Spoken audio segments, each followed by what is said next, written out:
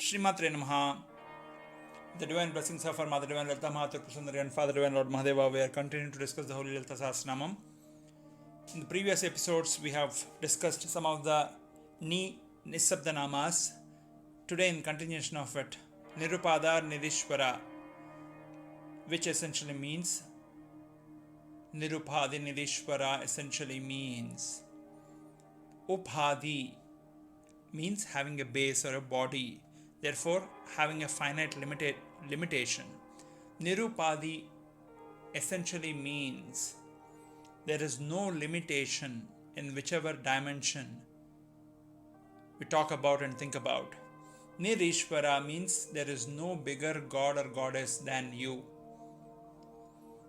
To discuss these two namas, we have to go back to the origins of Lalita Sahasranamam and the divine Leela that happened, which Bhagavan Hayagriva explains to Saint Agastya in the Brahmanda Purana, in the Lalita Charitam, which is called Lalita Sthavam, composed and written by Vedavyasa or Narayana himself in one of the Ashtadasa Mahapuranas or the 18 Puranas, which is Brahmanda Purana, in which the Lalita Sahasranamam, Lalita story, and the whole Lalita Pakyanam Upakhanyam or the sub-chapters on Lalita Devi comes up in the Brahmanda Purana.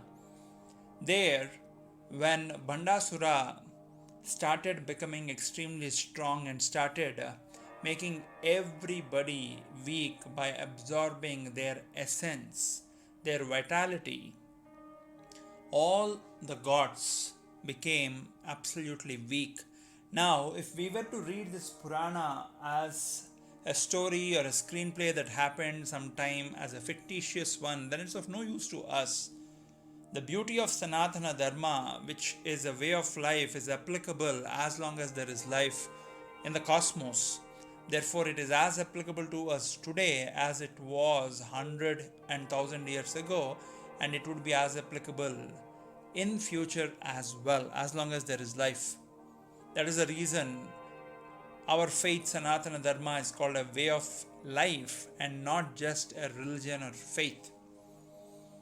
Now, Bandasura exists in this Upadhi, which we call the body. All our bodies also have Bandasura. You might be wondering, all of us are born during the cycle of birth and death to innumerable mothers and fathers in different janmas, and after the body meets with its end as a death, because there is no beginning without an end and there is no end without a beginning, the cycle of birth and death continues, and every time that body is left, that body is burnt down or buried, and therefore again the new life begins, which is the story of Bandasura, which is all of us who have gone through different birth and death cycles. Now, this Bandasura, who absorbed all the vitality of the gods and therefore made them nirasam, by absorbing the jivana rasam or the vital fluids, he made them nirasam or weak. When Bandasura does that, he continues to do that even in us every day by trying to entice us to the Harishad Vargas, Kama, Krodha, Mada, Matsarya, Lobha. And when we are talking about these enemies that are there inside each of us, Bandasura tries to make us a victim to these enemies who are internal to us, and therefore weakens the divinity in each of us. Every one of us has certain amount of good, certain amount of bad, certain amount of evil. That's how all the beings are born, depending on our acharas, vicharas, sadacharas. We will start developing those gunams, whether it is sura, divinity, asura, rakshasa, or Rakshasa, In Asuras again, you have good Asuras and bad Asuras, Prahalada, Bali, and others. And there are Hiranyakaspa and Hiranyaksha. So evil ones are like Ravanasura and others who, knowing all the knowledge, they will not convert it into wisdom. Therefore, they will not apply and they'll think they are an exception to that knowledge. That is the evilness, stupidity of first order. Now, this Bandasura, who continues to operate us in every second of our existence, continues to weaken the good and the divinity in us and slowly converts us to bad and evil. Therefore, most of our present we spend in regretting about our past. Therefore, we are effectively losing a plan on how we can spend the near future. That is how most of the people constantly live in a regret-filled life.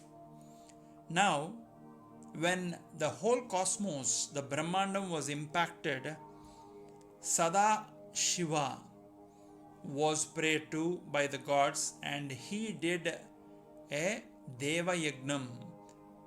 And in that Deva Yagnam, he invited the Parashakti. Now the importance here is that Brahmandam, which is completely taken by Bandasura, is none other than our human bodies that have finite limitations.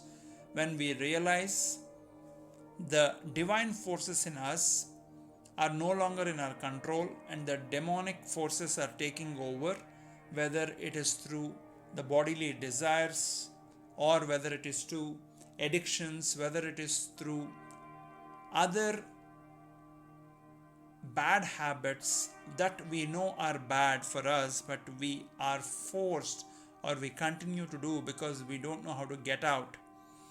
At that point in time, if we make Sharanagati to that Sadashiva, then he will come, who is called Parashambhu, means the divinity in us will be connected with the mains or the supreme power from outside, where Shiva will come and perform the Deva Yagnam in order to light up the weakening divine forces in us. And that Yagnam is none other than this Chidagni Kunda Sambhuta Deva Karya Samudyata, which essentially means when we are constantly mulling over and constantly thinking on how I can become better, in that Sat Chit Anand, in Chit, in our thought process, when we start asking for the help of the Lord, Shiva will come, Chidagni Kunda Sambhuta, in order to enable the mother, wherever she is Mahapativrata, wherever her husband Parashambhu goes, Mother Goddess Parvati, the Paradevata, also goes. When Shiva starts doing this Mahayagam, he invites the Agni in him, which rises from the base of the spine of Shiva all the way to the Agya Chakram. That is the reason only Shiva is shown with the third eye. And from that Agya Chakram, his Shakti or Lalita Parabhattarika came out in the form of Agni, therefore lighting that Yaga Kundam. And that is when Chidagni Kunda Sambhuta happened. This needs to happen in each of us and each of our lives. When we realize we are no longer able to correct ourselves, no matter which walk of life we are in, when we pray to Shiva with the Sharanagati, he and his Shakti, Shiva's Shakti, both will come together into us while Shiva is performing the Yagnam, inviting his Shakti, the Adi Shakti, Parashakti, Akila Shakti. She will rise as his Kundalini and become that fire which is the Para Agni, not the fire within us which has become a victim to Bandasura, therefore it is not able to burn anything. But when we start getting this Jnana Agni of Paradevata or Lalitamba through Shiva, her masculine force, that's when Mother comes and enters into our body through that Chidagni Kunda Sambhuta. Chitagni Kunda Sambhuta Devakarya Samudhyata. In order to perform the Devakaryas in us, she will take a form. She is all existing Supraja, but she will take a form. When she comes from that fire, she is called Lalita. When Mother Divine dwells in the Manidvipam, she is called Bhuvaneshwari. And this Lalita Maha Tripura Sundari is the one who will help us to transcend the three states of Jagrat, awakening, Swapna, dream, Sushupti, the transitionary state, taking us to the fourth state of realization. Now, in order to reach this, one needs to understand that Mother Divine can operate without any limitations. Therefore, Nirupadhi, she can operate without any limitations on the body. She can come into our body as Parashakti, therefore reducing Bandasura into ashes. Nirupadhi, Nirishvaraa, there is no supreme god or goddess than her. When we pray to Rama, Krishna, Shiva, you are praying to different organs of Mother Divine, as we discussed in Karangule Nakotpana, Narayan Dasakriti. So it doesn't matter which form and nama we are praying to, directly or indirectly we are praying to that Mother Lalita Tripura Sundari herself. This is a brief attempt at Nirupadhi Nirishvaraa, and in the next episodes we'll discuss the next nama. Stay blessed, spread the bliss around. Shri maathrey, namaha.